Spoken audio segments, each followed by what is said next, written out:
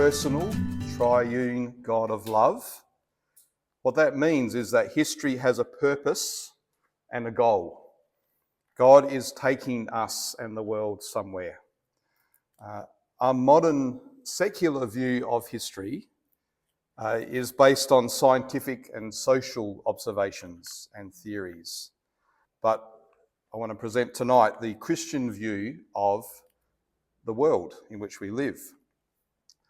You may have heard of Stephen Fry, a famous British actor. He's also famous for his atheism. And here's how he sees the world. Stephen Fry is trying to understand the world from the assumption that there is no God.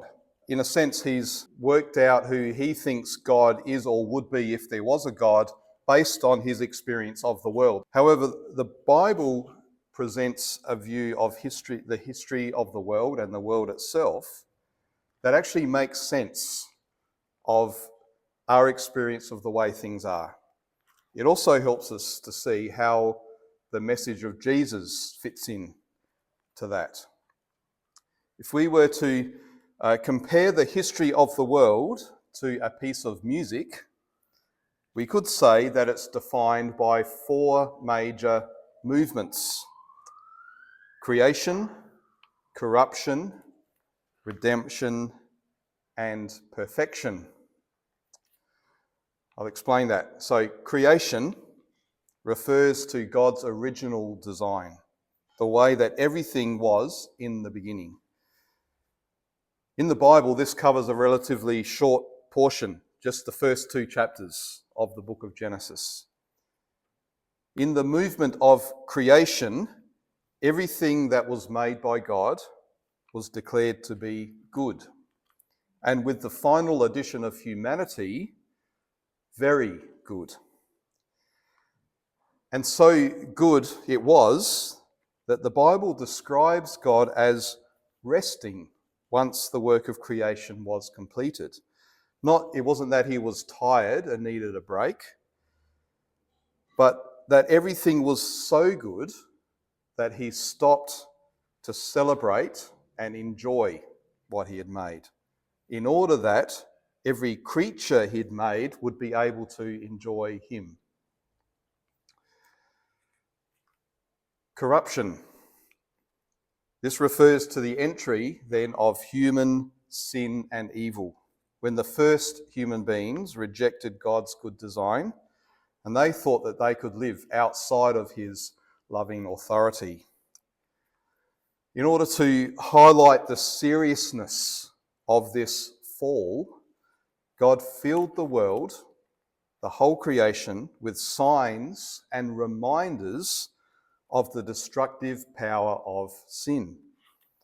It's what the Bible calls a curse, or subjecting the creation to frustration.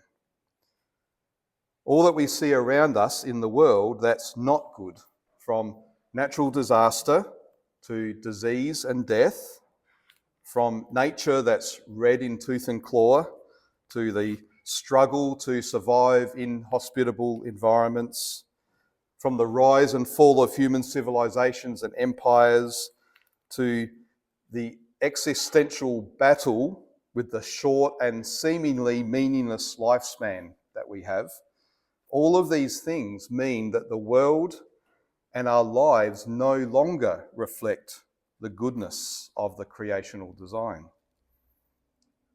Now, in the Bible, this movement is described in one chapter, Genesis chapter 3, but then it flows out through the rest of the Bible's account of human history.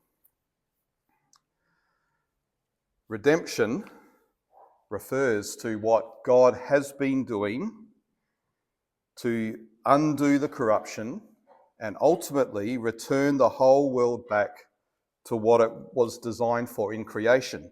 And it reached its highest and clearest point in the coming of Jesus.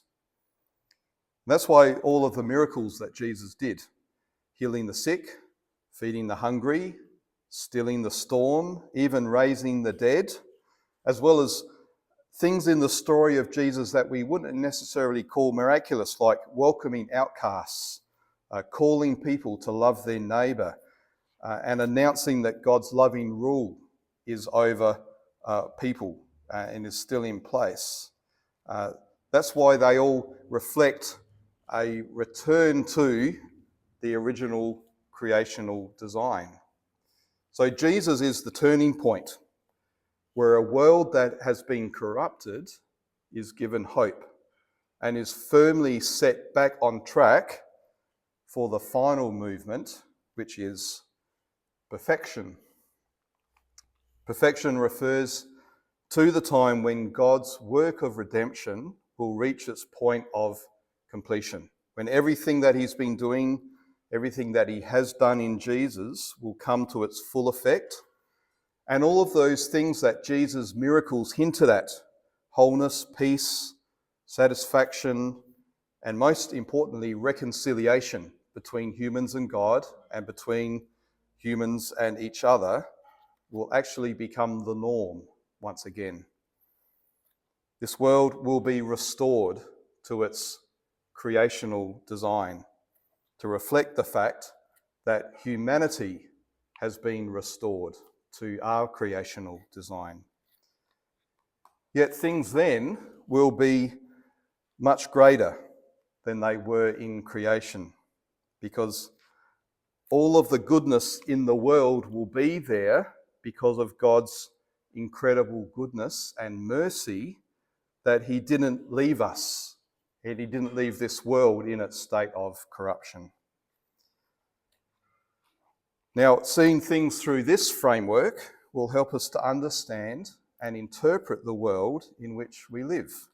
It explains why in creation there is both incredible beauty and order, yet at the same time there's so much that is violent and destructive and repellent. It makes sense of the seemingly innate sense of human beings that we must always be looking forward to a better future. And as C.S. Lewis, the author of a number of books, said, we find within ourselves desires which no experience in this world can satisfy. It says that there's something within us as human beings that knows there must be a better future for this world in which we live.